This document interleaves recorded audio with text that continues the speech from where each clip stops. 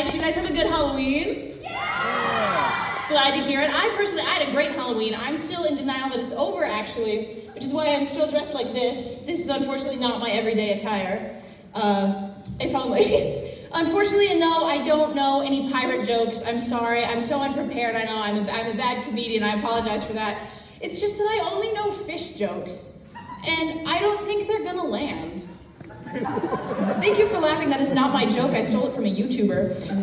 But anyway, I had a great Halloween last night. I wanted to buy a Ouija board and try to talk to some ghosts, but when I went to look for them, it turns out they're like $30, which is ridiculous. I mean, it's literally a cardboard game board and then some letters on it in a font that's literally called Captain Howdy.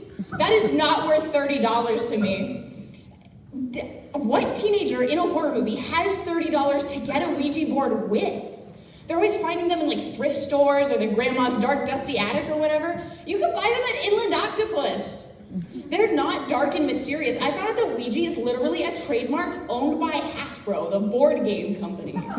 Although it does make a weird kind of sense if you think about it, because they kind of have the market covered now, you know?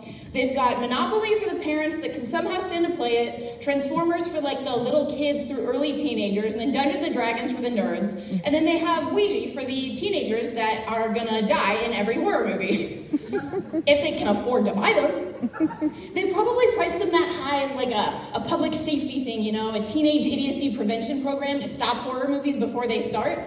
If they can't afford them, they can't use them to get them and their whole group of friends killed, right? Honestly, pretty logical though, because I am definitely the problem. I am the reason we need them. I would absolutely die in a horror movie. I just have zero chance of survival.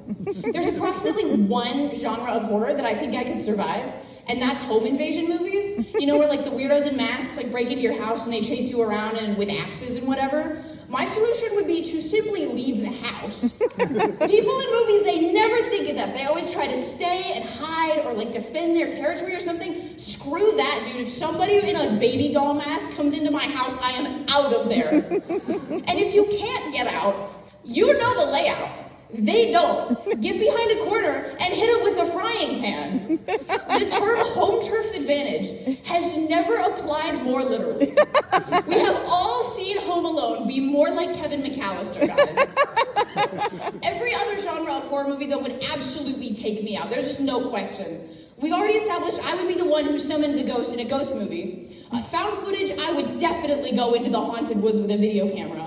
I walked across a railroad bridge once in the middle of the night while recording, in the middle of the forest, just because I kind of wanted to prove I could do it, I guess. That movie's more likely to end with me getting hit by a train than with any kind of paranormal activity. But I still lost. Yeah, slashers, I would definitely not survive one of those. I am not fit enough to get away from one of those guys. I think they train for that. What kind of fitness regimen do you have to get in shape to chase teenagers around with an axe? Like, what are they lifting? What's their cardio look like? I legit don't even think that I could survive Beetlejuice, because I would summon him and it would backfire. I am not clever enough to outwit that guy. I've done the Candyman thing, like where you say his name into a mirror 5 times. I'm about to have 2 ghosts after me. Although, that might actually work out in my favor, because then they'll be trying to outcompete each other for my soul, and they'll get so wrapped up in fighting against each other that they'll forget about me. So it's actually a brilliant plan all along.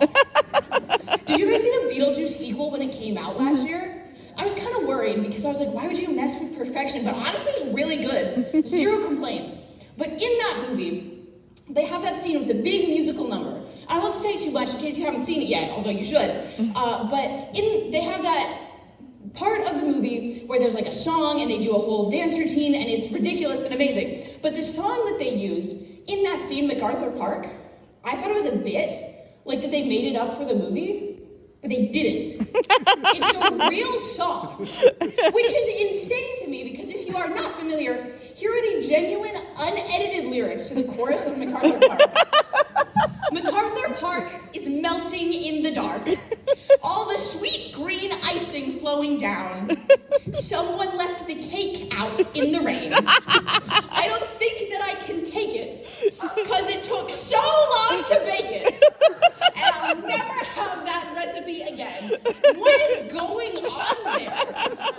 Who was writing this was like, oh yeah, this is good. This genuine, insightful lyrics that people are really gonna connect with on an emotional level, people will understand that the cake is a metaphor for a love that was neglected. Because leaving your cake out in the rain and then having a breakdown when it melts because you can't get the recipe back is a universally relatable experience that my audience is really gonna connect to. I mean, isn't it just the worst when that happens, guys? I think that song, when the creators of the universe were making all the songs in the world, they meant for that song to be a joke song, and then there was some kind of clerical mix-up, and it got released out into the world as a real, actual song. They were like, oh, no, that's not right. And so they had to make Beetlejuice to correct their mistake. Actually, so my genuine theory, the guy who wrote the lyrics for that song is not the same guy as the guy who recorded it. That's not a theory, that's a fact. And so, I think that the guy who recorded the song goes to the lyricist and he goes, all right, make me a hit. And the lyricist is like, I wonder if I can mess with this guy a little. And so he writes these lyrics as a joke, just to see if the guy will notice how far he can take this thing, right? And then the guy who records the song looks at it and goes, oh yeah, this is good. This is what's gonna make me the big bucks. And so he goes ahead with it, and he keeps making it. And then the lyricist kind of decides to just roll with it, and just keeps going. And just keeps stretching the bit on and on and on until finally that song gets recorded and released, and the lyricist just never bothered to correct his mistake. And that is how that song got released. That's what I think. So props to the Beetlejuice directors for making that song somehow make sense, because it's somehow more logical in the insane context that they put it in than it is on its own.